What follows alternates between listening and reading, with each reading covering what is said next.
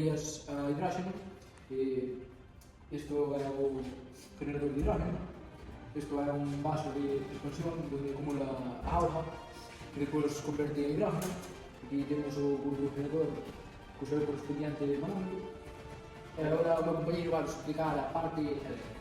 Por aquí teríamos un interruptor para activar ou desactivar o sistema, un potenciómetro para subir ou baixar a potencia, un relé simple, uns automáticos e unha gestión electrónica para a placa solar e a batería.